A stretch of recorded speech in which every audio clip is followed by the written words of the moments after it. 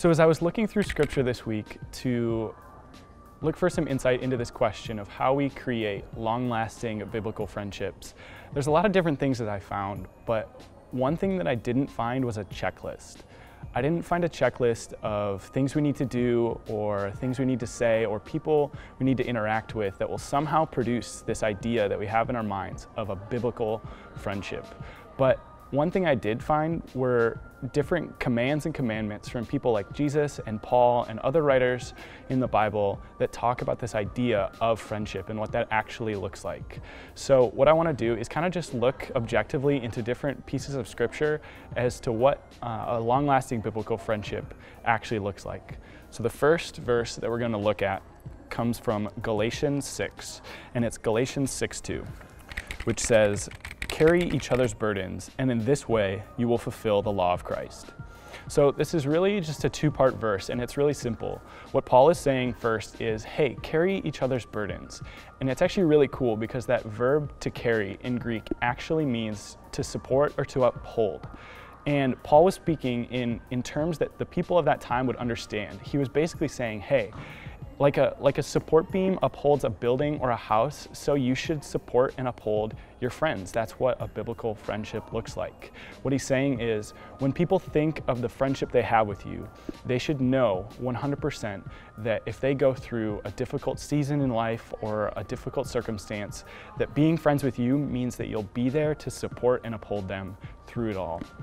So that's the first part of that verse, but the second part of that verse is a little bit confusing because Paul says that when we carry each other's burdens, we actually fulfill the law of Christ. And if you're anything like me, you read that and you wonder, well, what exactly is this law of Christ that Paul's talking about? And rightfully so. It only shows up 2 times in the entire Bible. Both times come from Paul, and both times he doesn't actually explain what the law of Christ is. So it's pretty confusing. But after looking more into it, a lot of scholars believe that the law of Christ can actually be found in the answer to a question that Jesus was asked. And this was found in Matthew 22. So this Pharisee comes up to Jesus and he's asking him, Jesus, what is the greatest commandment in all of the law? And the scholars believe that the law of Christ is actually his answer to that question.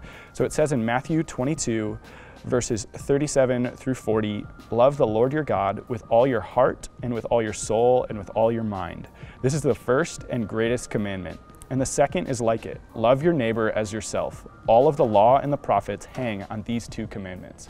See, I think this is really cool because I don't think it's an accident that Jesus pairs loving God and loving people in his answer. I actually think that's really intentional. And it's really cool looking through other pieces of scripture for this idea because it's not a foreign idea at all.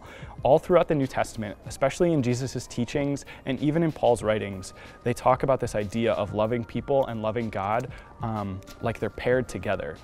So it says in 1 John 4, verse 7, "Dear friends, let us love one another, for love comes from God. Everyone who loves has been born of God and knows God." Again, I just think this is super intentional. I think Paul picked his words very carefully when he was saying this because the people that he was talking to and the people that would have read this would have understood that what he was saying mirrors a lot of what Jesus said in that verse that we read in Matthew 22 and that question that he answered. So again, completely not a foreign idea. And again, in 1 John 5, Paul writes again in verse 2 and 3, "This is how we know that we love the children of God, by loving God and carrying out his commands. In fact, this is love for God, to keep his commands."